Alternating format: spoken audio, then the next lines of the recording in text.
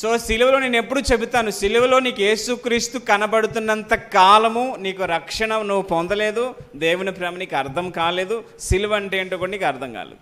సిలువలో ఎప్పుడైతే నీకు నువ్వు కనిపిస్తావో, నా మాటలు అర్థమవుతున్నాయి, సిలువలో ఎప్పుడైతే నీకు నువ్వు కనిపిస్తావో అది మనందరి పక్షమున ఆయన తీసుకున్న మరణం. నువ్వు నేను భరించలేమని, నువ్వు నేను సహించలేమని దేవుని ప్రేమను సిలువలో మన కోసం ఆయన చూపించాడు. హల్లెలూయా. దానికోసం మనం ఆలోచించేంత ఖాళీ లేదు. ఈరోజు ఏదో మంత్లీ ఫస్ట్ వీక్ వచ్చాము, కాసేపు కూర్చున్నాం, వెళ్ళిపోయాం, మళ్ళీ నెక్స్ట్ వీక్ ఎంతమంది కనబడతాం మనకి తెలీదు. కానీ ఒక్క మాట జ్ఞాపకం చేసుకోండి, ఈ ఒక్క మాటలో కూడా బైబిల్ అంతా పూర్తిగా ఉంది. ఈ ఒక్క మాటలో దేవుని సంకల్పం ఉంది. అసలు దీనికోసమే, ఈ అనుభవం కోసమే అబ్రహామును దేవుడు పిలిచాడు. హల్లెలూయా. నీ సంతానము వలన భూలోకములోని ప్రతి వంశమును నేను ఆశీర్వదిస్తాను. ఏంటి ఆశీర్వాదము? నేను వారిలో నివాసము చేస్తాను. హల్లెలూయా. అలా నివాసము చేయాలంటే మొదట మీరు మరణించాలి. మీరు మరణించాలంటే ఆ మరణాన్ని భరించేంత శక్తి కానీ ఓపిక కానీ మీకు లేదు. కాబట్టి మీ పక్షంన నేనే మరణిస్తాను. కనీసం మీరు దాన్ని నమ్మగలరా? దాన్ని మీ హృదయంతో విశ్వసించగలరా? అది నాది అని స్వీకరించగలరా? బాప్తిస్మ అంటే ఏంటి? ఇంతవరకు చెప్పారు కదా. రోమా 6:2 బాప్తిస్మ పొందిన మీరందరూ ఆయన మరణములో పాలు పొందారు. బాప్తిస్మ అంటే నీటిలోంచి బయటికి రావడం కాదు. ప్రభువా, ఆ శిలువ మరణము నాది, ప్రభువా ఆ పాపిని నేను, ఆ మరణము నాది, నీది కాదు, ఆ మరణము నాది, నేను గ్రహిస్తున్నాను. నీ కృప లేకపోతే నేనేమైపోదును, నువ్వు నా కోసం రాకపోతే నేనేమైపోదును అనే దృష్టి మనకి ఎప్పుడు కలుగుతుందో అప్పుడు దేవుని చిత్తాన్ని మనం పరిపూర్ణ చేయగలుగుతాం. ఈ ఒక్క అనుభవం కోసమే దేవుడు అందరి జీవితాలు ఎదురు చూస్తున్నాడు. ఎస్పెషల్లీ ఇన్ దిస్ జనరేషన్, ఈ కాలంలో ఈ ఒక్క అనుభవం నీ జీవితం నుండి చాలు. నీకు చదువు లేదా, తెలివితేటలు లేవా, నీకే థియాలజీ తెలియదా, జ్ఞానం లేదా, అదేం అవసరం లేదు. కేవలం సిలువ నీకు అర్థమైతే చాలు. ఈ ఒక్క అనుభవం నీకు ఉంటే చాలు. ప్రభు, ఆ మరణము నాది. ఇక మీదట సిలువకు ముందు ఎవరైతే నేను ఉన్నానో అది కనబడకుండా నేను జాగ్రత్త పడతాను. ఆ సిలువకు ముందున్న నా పాపము, నా కోపము, నా ద్వేషము, నా భేదములన్నీ కూడా నేను వదిలేస్తాను. ప్రభు, నన్ను నడిపించవా? ఒక నూతన జీవితం నాకు కావాలి, నన్ను నడిపిస్తావా? మనం అడగక ముందే ఆయన వాగ్దానం చేశాడు, నేను మీతో ఉంటాను, మిమ్మల్ని నడిపిస్తానని. సో ఆ తర్వాత చెప్పాడు 21వ వచనంలో, నేను దేవుని 20వ వచనం కంటిన్యూషన్ చేస్తూ, నేను ఇప్పుడు శరీరమందు జీవించుచున్న జీవితము నన్ను ప్రేమించి నా కొరకు తన్ను తాను అప్పగించుకొనిన దేవుని కుమారుని అందలి విశ్వాసము వలన జీవిస్తున్నాను. హల్లెలూయా. Accept this faith. ఇప్పుడు నేను శరీరమందు జీవించున్న జీవితము దేని వలన జీవిస్తున్నాను? ఆ జీవితానికి ఆధారం ఏంటి?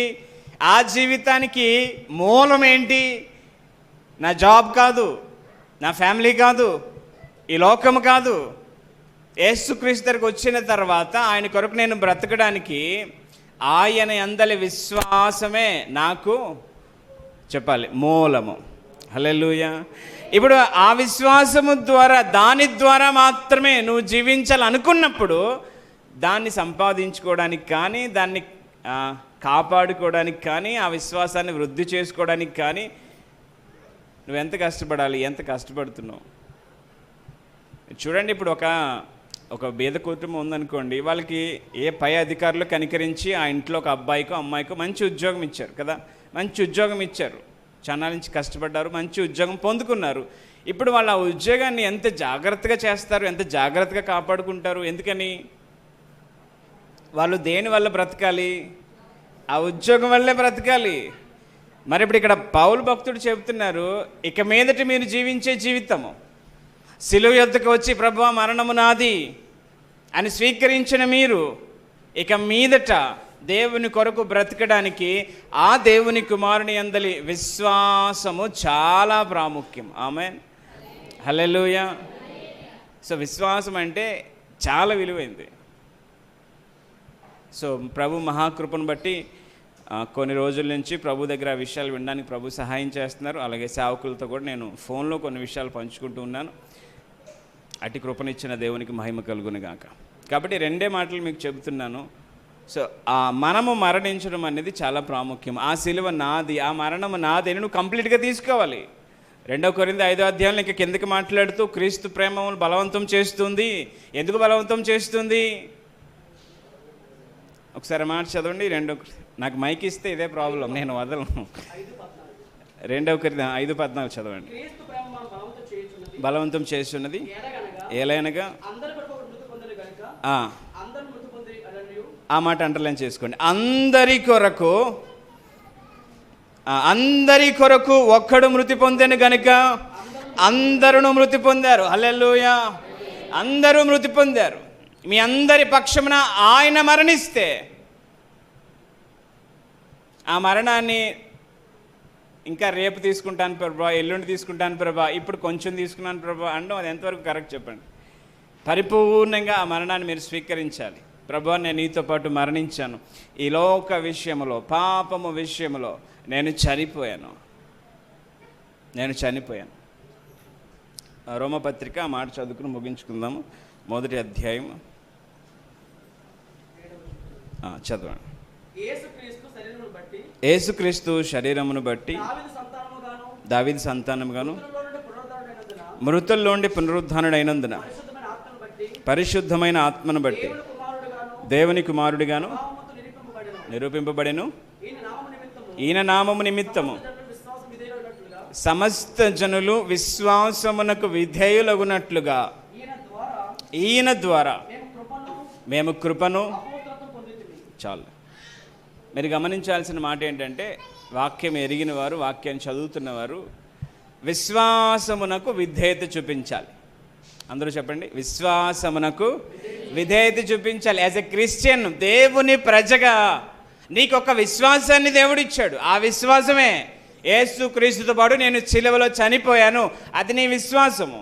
యేసుక్రీస్తుతో పాటు నేను సమాధిలో నుంచి బయటికి తిరిగి లేచాను, నూతన జీవం పొందిన వ్యక్తిగా, దేవుని కుటుంబంలో చేర్చబడిన వ్యక్తిగా నేను సమాధిలోంచి తిరిగి లేచాను అన్న విశ్వాసము దేవుడు మనకిచ్చాడు. దానికి మీరు ఏం చేయాలి చెప్పండి? విధేయత చూపించాలి. ఏం చేయాలి?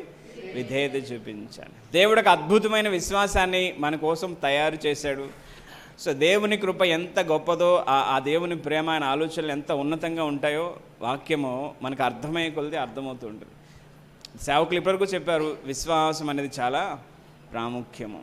ఆయనతో పాటు మనం చనిపోయాము, తిరిగి లేచాము. దేవుని కృప నిరర్థకం చేయకూడదు. ఆయన మన కొరకు మరణించిన మరణం నిష్ప్రయోజనము కాకూడదు. దేవుడు నీ కోసం ఏర్పాటు చేసిన ఆ కృప, రోమా 5:2 చదువుకున్నాము. దేవుని కృపలో ప్రవేశించాము విశ్వాసము వలన. విశ్వాసమునకు బయట ఏమీ లేదు క్రైస్తవ జీవితము. గమనించండి, ఈరోజు దేవుడు మాకు అర్థం కావట్లేదండి, దేవుడు మా జీవితాల్లో ఏమీ చేయట్లేదండి. చాలామంది జీవితాల్లో ప్రశ్న ఏంటంటే, దేవుడు మా కొరకు ఏం చేశాడు అనే ప్రశ్న చాలామంది హృదయాల్లో ఉంటుంది. ఉందా? మీలో చాలామందికి ప్రశ్న ఉంటుంది, దేవుడు నా కోసము ఏం చేశాడు? ఉందమ్మా? చాలామంది హృదయాల్లో ఉంటుంది. సో దేవుడు నీ కోసం ఏం చేశాడో నీకు అర్థం కావాలంటే మీ బియ్యం డబ్బాని, మీ బీరువా తలుపుని, మీ అకౌంట్ బ్యాలెన్స్ని చూసుకుంటే మీకు అర్థం కాదు. మీరు ఎక్కడికి చూడాలి? సిలువ వైపు చూడాలి. ఎక్కడ చూడాలి? సిలువ వైపు చూడాలి. విశ్వాసముతో నువ్వు సిలువ వైపు చూడగలిగితే మరి ఎన్నడూ నీ జీవితంలో దేవా నా కోసం ఏం చేసావు అన్న ప్రశ్న నీకు రాదు. నేను నీ కోసం ఏం చేయాలి ప్రభువా అనే ప్రశ్న మాత్రమే మిగిలి ఉంటుంది. అర్థమవుతుందమ్మా? సో వినండి, విశ్వాసం గురించి బాగా వినండి. విశ్వాసం అనేది చదువుకున్న 2 కొరింథీ 5:6 అది మన జీవిత విధానము. వెలిచూపు వలన కాదు మనం జీవించేది. వెలిచూపు ఏం చూపుతుంది మీకు? మేము పలానా వర్గానికి చెందిన వారం, మేము పలానా కుటుంబ సభ్యులము, మేము బలహీనము, ఇగో మాకు ఆర్థిక ఇబ్బందులు ఉన్నాయి, మాకు కొన్ని వ్యాధులు ఉన్నాయి, ఇగో నా పేరు ఇది, నా కులం ఇది, నా గోత్రం ఇది. వెలిచూపు అదే చెబుతుంది. కానీ విశ్వాసం ఏం చెప్తుందో తెలుసా? మనము దేవుని కుమారులమని చెబుతుంది. హల్లెలూయా. మనం ఏం నమ్ముతామో, మన కంటితో ఏది చూస్తామో దాన్నే నమ్ముతాము, దాన్నే మైండ్లోకి ఎక్కించుకుంటాము. దాన్ని ఎక్కించుకోకండి. మీ కంటికి కనబడే పరిస్థితులు వాస్తవం కాదు, మీరు వింటున్న మాటలు వాస్తవం కాదు, అది మీ జీవిత విధానం కాదు. దేవుడు మీ కొరకు ఏం చెప్పాడో, ఇక్కడ వాక్యం ఏం చెబుతుందో అదే మీ జీవితం. అందులోనికి మీరు అడుగు పెట్టాలంటే, ఆ జీవితాన్ని అనుభవించాలంటే మొదట వాక్యాన్ని వినాలి, విన్న వాక్యాన్ని విశ్వసించాలి, విశ్వసించిన వాక్యానికి విధేయత చూపించాలి. ఆమేన్. యేసుక్రీస్తుతో పాటు నువ్వు చనిపోయాన విశ్వాసం నీకు ఉన్నప్పుడు నీకు లోకంతో పనేంటి? పాపము దగ్గర మనకు పనేంటి? ఇంకా సిలువను వెతుక్కోవాలి కదా, ఇంకా సిలువ ఐశ్వర్యాన్ని వెతుక్కోవాలి కదా. ఎప్పుడైతే ఆ విశ్వాసాన్ని దేవుడు మనకు సిద్ధం చేసి ఇచ్చాడో దానికి విధేయత చూపించకపోతే ఆ యొక్క ప్రభావాన్ని, ఆ శక్తిని మన జీవితాల్లో మనము అనుభవించలేం. అంటే మీ అకౌంట్లో చాలా కోట్లు క్యాష్ ఉంది, ఏమండి, చాలా కోట్లు క్యాష్ ఉంది. మీ సంతకం లేకుండా మీరు తీసుకోగలరా? అది బ్యాంక్కి వెళ్ళి ఇచ్చేమంటే ఇచ్చేస్తారా? మీదే కదా, ఇస్తారా? ఖచ్చితంగా మీ సమ్మతత్వం కావాలి, మీరు సైన్ చేయాలి కంపల్సరీ. సో దేవుడు మీకోసం ఎంత చేసి సిద్ధం పెట్టినా కూడా దాన్ని అనుభవించాలంటే మీ విధేయత చాలా ప్రాముఖ్యం. మీ విధేయత చాలా ప్రాముఖ్యం. సో మిమ్మల్ని చూస్తే చాలా విషయాలు మాట్లాడను, కానీ ఇప్పుడు సమయం లేదని ముగిస్తున్నాను.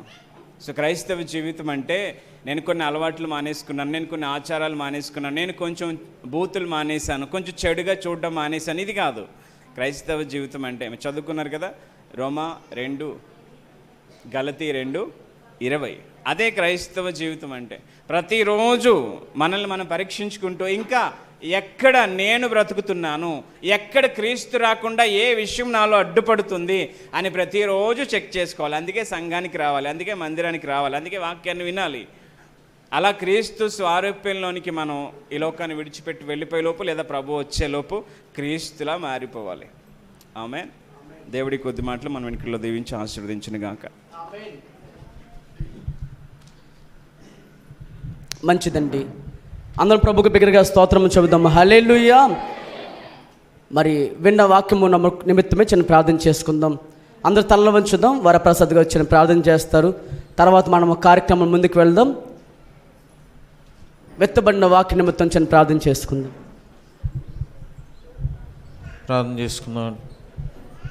స్తోత్రం స్తోత్రం స్తోత్రం స్తోత్రం. మహోన్నతుడ, మహాగణుడ, సర్వాధికారినికే వందనాలు, స్తోత్రాలు చెల్లించుకుంటున్నాం ప్రభువా. మరి ఎంతవరకు కూడా నా తండ్రి మరి నీ యొక్క సిలువ వైపు చూస్తూ మేము జీవించాలని నువ్వు మాతో మాట్లాడిన విధానం బట్టి నీకు వందనాలు చెల్లిస్తున్నాం. పరిపూర్ణమైనటువంటి పరిశుద్ధమైన జీవితము నీ కొరకు మేము జీవించాలని, నీ యందు భయముతో భక్తితో నిన్ను ఆరాధించాలని ప్రభువా, నువ్వు మా కొరకు సిద్ధపరిచినటువంటి పరలోక రాజ్యంలో నాయన నీతో పాటు యుగయుగాలు మేము నీతో ఉండాలని కోరుకుంటున్నటువంటి దేవుడు ప్రభువా. అవును నాయన, అనేక మార్లు మేము పాపము చేసినప్పటికీ ఇదిగో నాయన కోపించుచూనే వాత్సల్యాన్ని చూపుచున్నానని నువ్వు మాట్లాడినట్లుగా మాపై దయ చూపుచు, మాపై కనికరమును చూపుచున్నందుకు నీకు వందనాలు ప్రభువా. అవును నాయన, ఈరోజు నీ సన్నిధిలో మేము ఇలాగన ఉన్నామంటే కేవలం నీ కృప మాత్రమే. మా నీతి ఎంత మాత్రము కాదు నాయన, మా క్రియల వల్ల కాదయ్యా.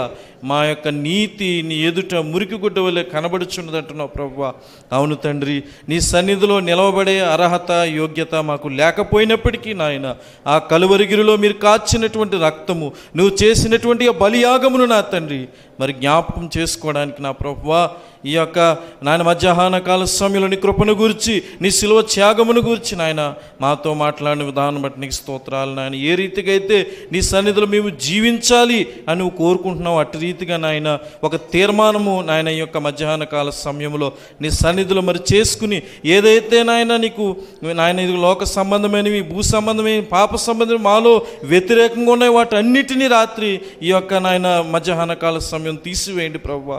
అయా ఒక తీర్మానం కలిగిన ఆయన, ఒక పరిశుద్ధమైనటువంటి తీర్మానం కలిగిన ఆయన నీ సన్నిధిలో నాయన మరి జీవించేటట్లుగా కృపను ప్రసాదించండి నాయన.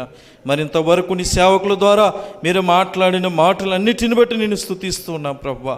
ఇంకో మంచి స్థలములు పడినటువంటి విత్తనముల వలె ఫలభరితముగా ఈ మాటలు నాయన బిడ్డల హృదయాల్లో ఫలించి నాయన ప్రభు నీ బిడ్డలకు దీవెనకరంగా ఆశీర్వాదకరంగా ఉండినట్లుగా నా ప్రభువ, దినదినము దైనందిన ఆధ్యాత్మికమైన జీవితంలోని బిడ్డలు ఇంకనూ బలపరచబడినట్లుగా నీ రాకడ సమీపమే ఉన్నది కనుక మేమందరము కూడా ఎత్తబడేటువంటి వారిగా ఉండడానికి, ఎత్తబడే మహిమ కలిగిన సంఘంలో, మహిమ కలిగిన రాకడలో నాయన మేము ఉండేటట్లుగా నీ యొక్క కృపను ప్రసాదించమని నీ వాక్యం చెప్పినట్టు దైవ సేవకులను ఆయన కృపావరం బావ గారిని, అలాగే ప్రభు మరి జేమ్స్ గారిని ఆయన దీవించండి, ఆశీర్వదించండి. ఇంకను ఆత్మాభిషేకం మెండుగని బిడ్డల మీద ఉంచి ఇంకను రానున్న దినముల్లో నీ సేవలో బలంగా మీరు వాడుకోండి ప్రభు. ఆరోగ్యమును, బలమును, శక్తిని మీరు ప్రసాదించండి. ఇంకో నీ సంఘాన్ని నీ చేతులుగా చెప్తున్నాం ప్రభువా. మరి సంఘం చుట్టూ కూడా కంచి వేయండి, సంఘంలో ఉన్న బిడ్డలందరినీ మీరు దీవించండి, ఆశీర్వదించమని. ఇంకో తదుపరి జరుగుతున్నటువంటి సంస్కార కార్యక్రమం అంతట్లో పరిశుద్ధాత్మదేవ మాకు తోడేయండి, నడిపించి మహిమను పొందమని యేసు పరిశుద్ధ నామమున అడిగి వేడుకుంటున్నాం మా పరమ తండ్రి, ఆమేన్. ప్రార్థించినట్టు వరప్రసాద్ గారి దేవునికి స్తుతిస్తున్నాను. అందరి బిగ్గరగా స్తోత్రం చెబుదాం. హల్లెలూయా. మరి మంచి విషయాలు మనందరం కూడా వినడానికి కృపనిచ్చిన దేవునికి మరి 2 చేతుల పైగా చెబుతూ దేవునికి